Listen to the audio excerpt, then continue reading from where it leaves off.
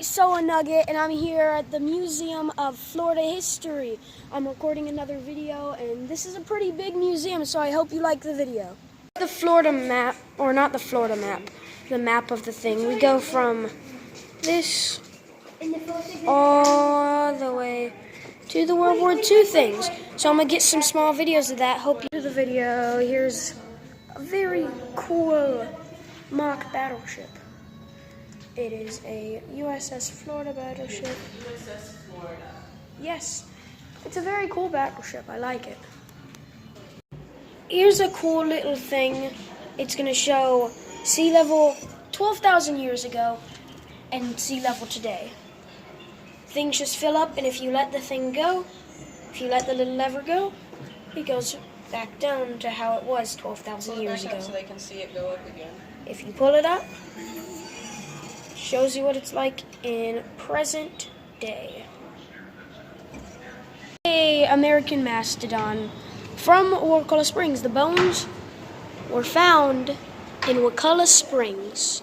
I will be doing a video about that later on in the year, so stay tuned. Another little mock thing. They got a lot of these in this museum, but it's just a little mock of miniature people. We have, I think that's Wakulla Springs, like old Wakulla Springs, and it's pretty cool. These are some pretty cool exhibits. With these fabrics and fibers they made. It's pretty cool how they would make boats. They'd start out with a big tree, cut it down, start cutting it a bit more, then they'd burn this inside out, dig all of the ashes out, and you would have a cool boat. These are some of the ones that were found here, and those are some oars that they would use to row the boats.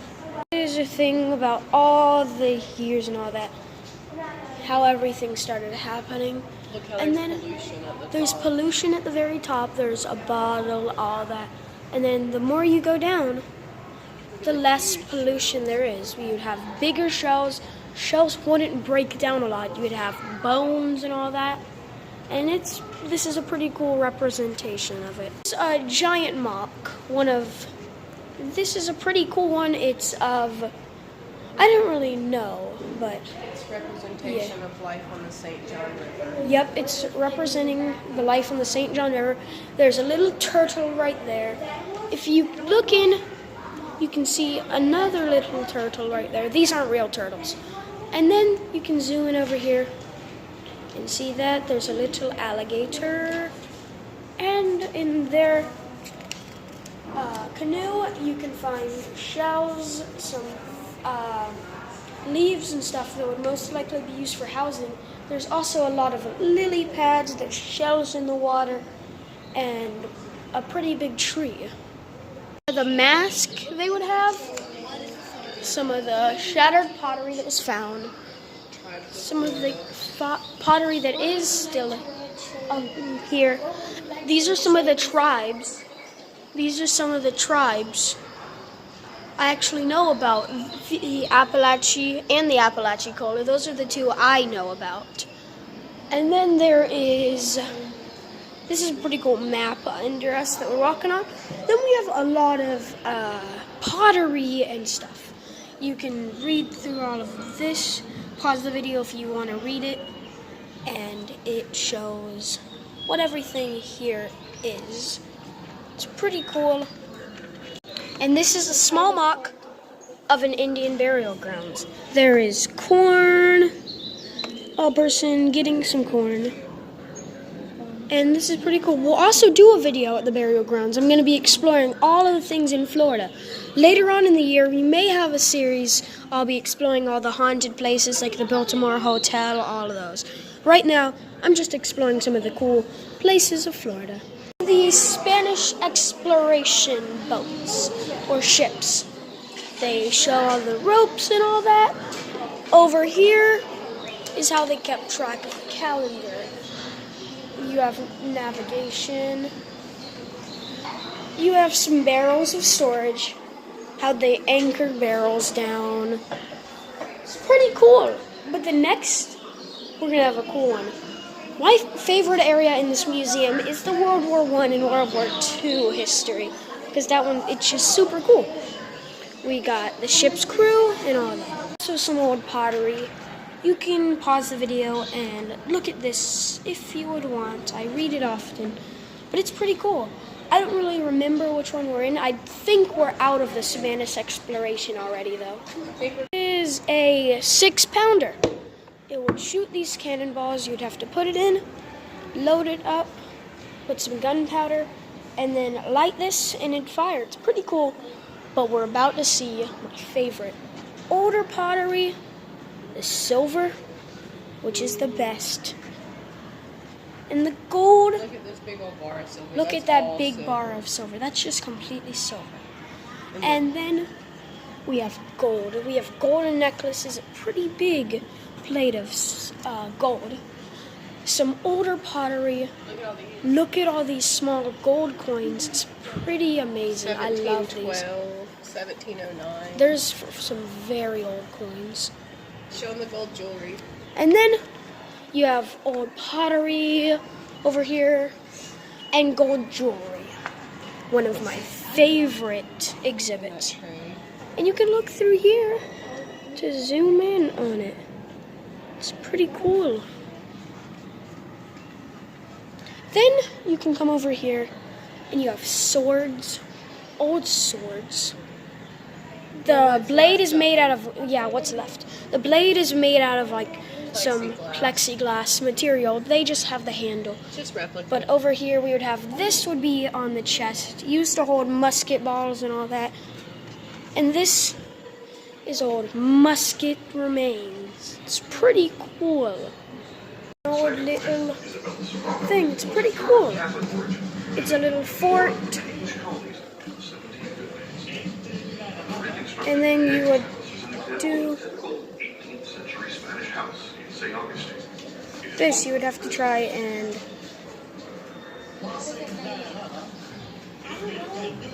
you would completely, you just put a cannon together. See what it does? You would put that in, put the powder in, put a cannonball in, I think, yep, put a cannonball in. You would have to put in I think it's a, I don't know what it is. Oh yeah, you have to put that in to ram it in again. Then you need either a quill primer or a vent pick. You put in a vent pick, you put in a quill primer, then you put that in, and fire the hole. Boom. Pretty cool.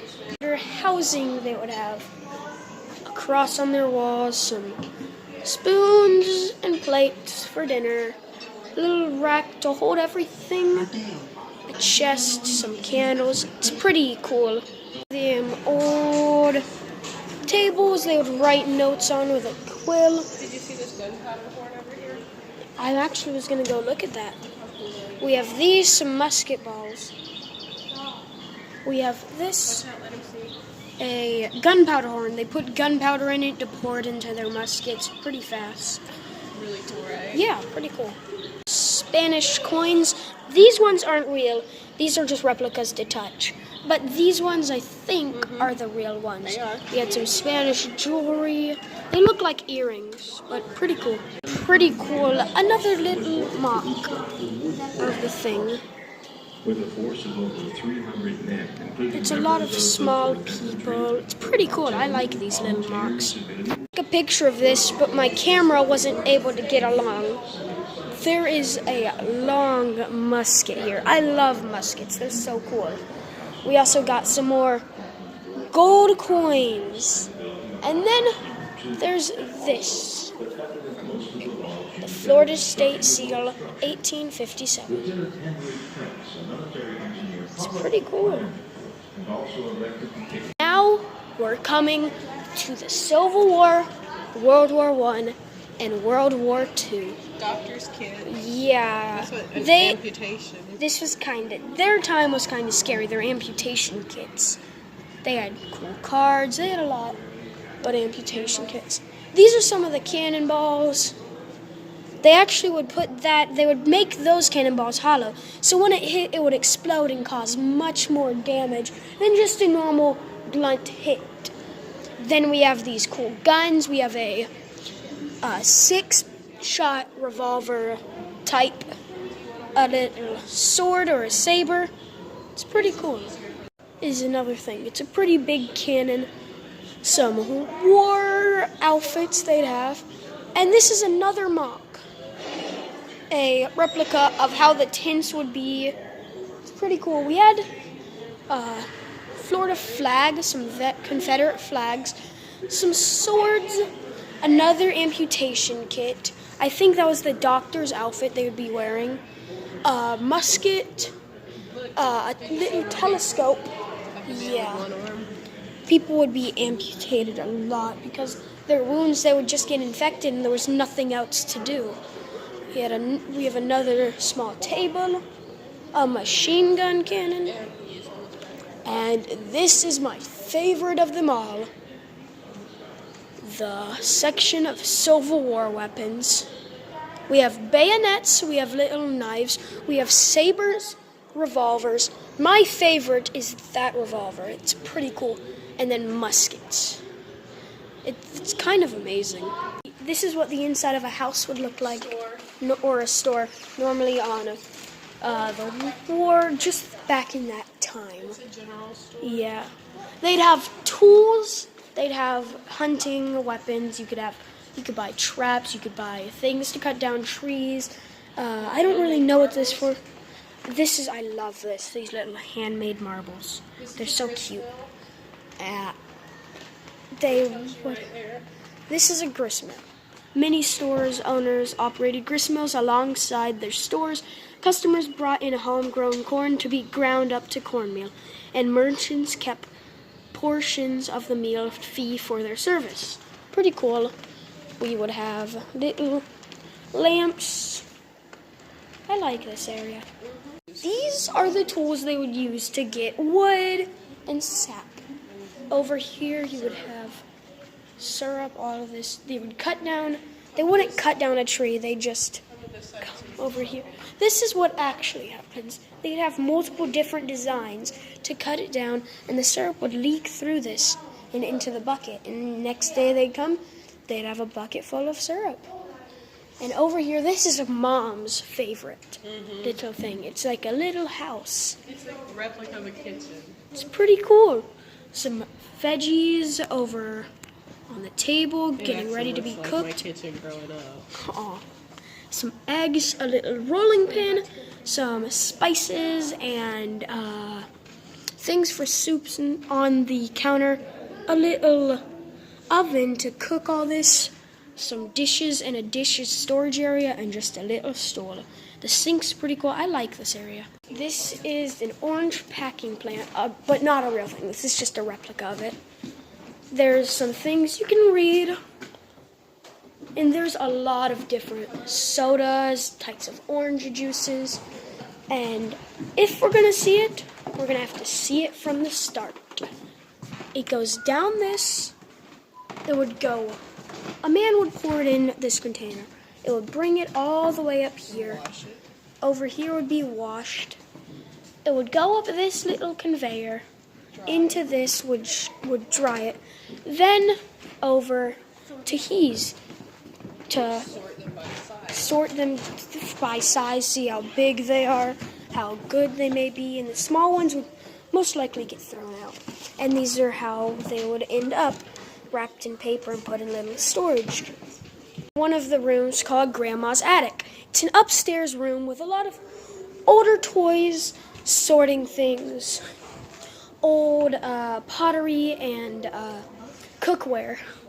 A little Elvis poster over there, some clothes you can change into, and an amazing view. We also have over here one of my favorite things in Grandma's Attic, the little switchboard.